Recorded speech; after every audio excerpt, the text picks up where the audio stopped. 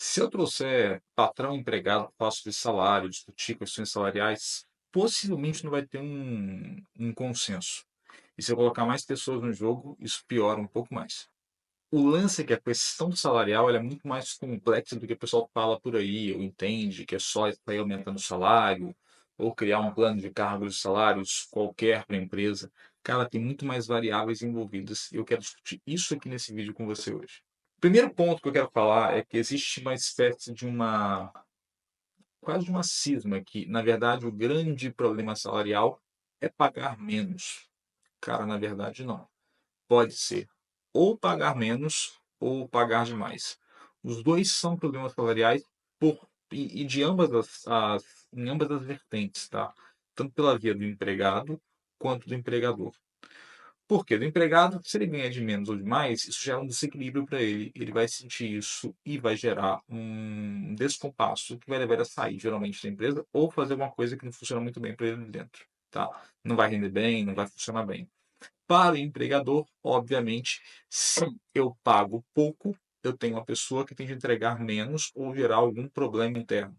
E se eu pago demais, eu deixo meu caixa em desvantagem e não tenho, de fato, uma pessoa que vai estar plenamente engajada nesse trabalho no longo prazo, porque ela vai tender a sair. Cara, e é isso mesmo que eu estou falando, tá? Se você paga demais ou de menos, a pessoa tende a não ficar nesse cargo muito tempo.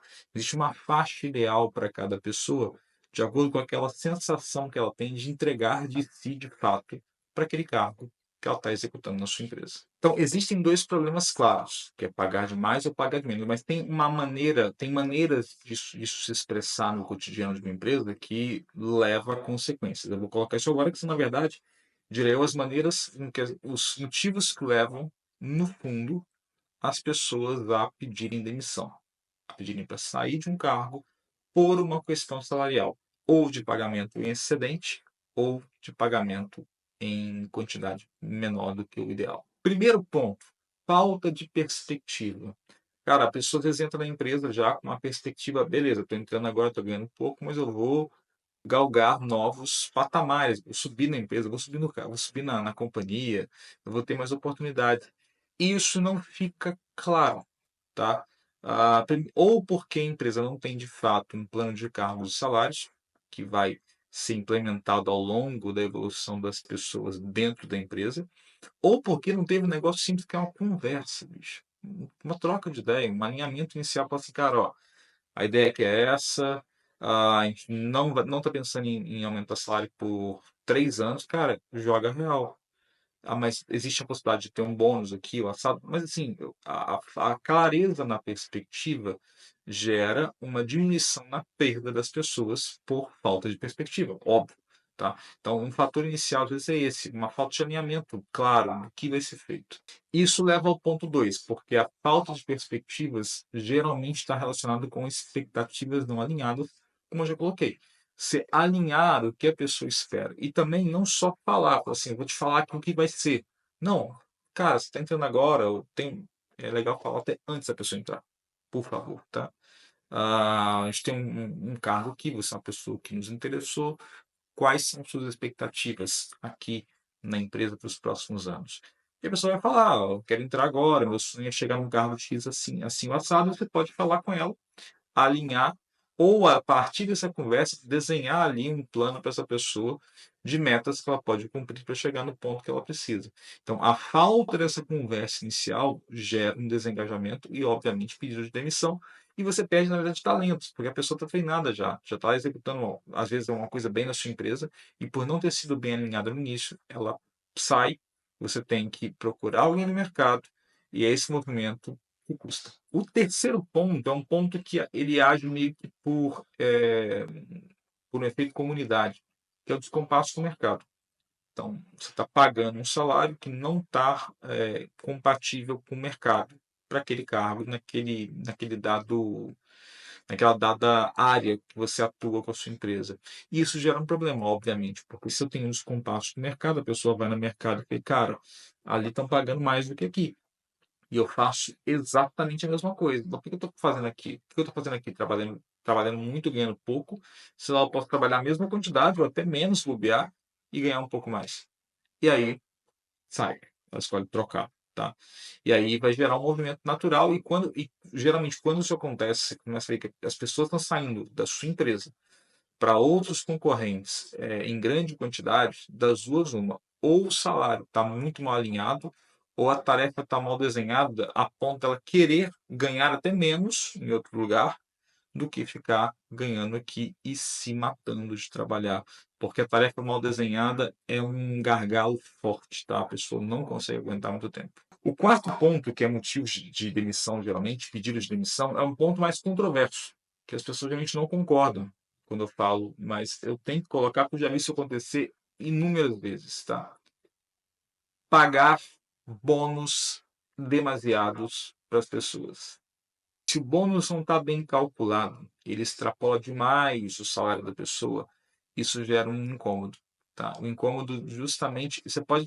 Tem vários vieses de pensamento. Um viés mais lógico é o seguinte: a pessoa vê que naquele momento ali, naquele mês, ela ganhou um bônus que é 3 vezes o salário dela, por exemplo, ela fala assim, cara, mas por que eu tô. Se o cara me deu um bônus desse, eu estou trabalhando tanto aqui e estou ganhando menos, por que eu estou fazendo esse trabalho então? Vou fazer outra coisa. Eu vou tentar fazer uma coisa que me dê mais bonificação. Isso acontece geralmente. Ou a pessoa pede para sair, ou ela fica muito insatisfeita ali e começa a boicotar o próprio trabalho. Uma saída interessante não é você cortar o bônus, que eu acho que isso é sacanagem também, né? É você diluir esse bônus de uma maneira que seja um bônus até um pouco mais contínuo, mas em quantidades menores, para que a pessoa não sinta, na verdade, que aquele boom que ela teve ali virou um milagre econômico, que ela vai poder largar tudo e tentar outra coisa. Porque isso é ruim para a pessoa, essa percepção ilusória de que ela ganhou demais naquele mês e que ela, de fato, pode fazer mais e, por vezes, não vai poder. E para a empresa que vai perder pessoas boas ali e por fazer um mau gerenciamento dessa questão da bonificação. Então, pagar demais sim pode ser um problema e gera demissão. E o quinto ponto é um ponto que não se conversa muito sobre e que ele é um ponto que é meio que oculto. Você não consegue. No Brasil não se fala muito disso, tá? Que é você pagar fora do potencial de entrega da pessoa.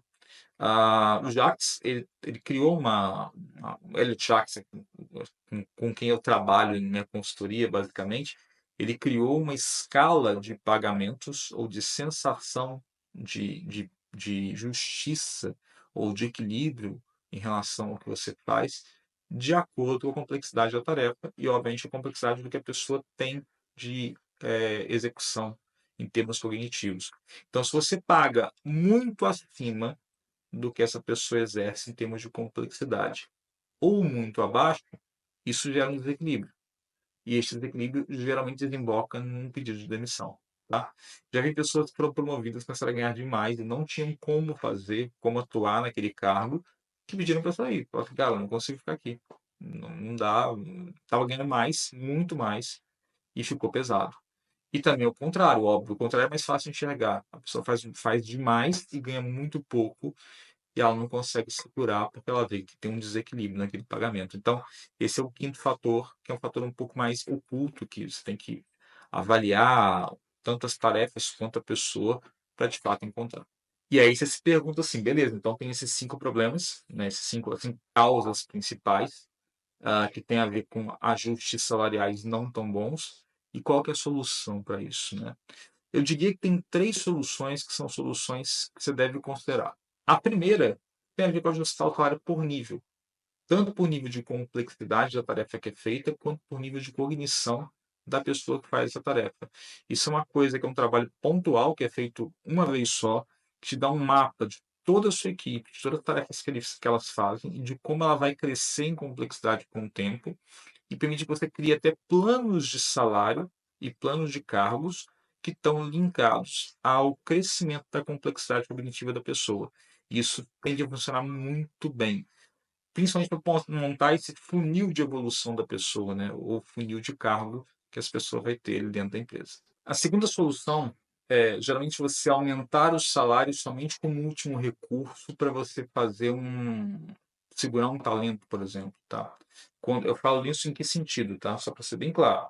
Você tem um plano de cargos e salários bem definido e a pessoa está bem alinhada, só que por algum motivo ela é um talento, foi assediada por uma empresa externa e ela viu, ó, te falou, ó, tem uma oportunidade legal de ganhar mais em outra empresa concorrente, você pode vir cobrir essa oferta? Nesse caso vale a pena.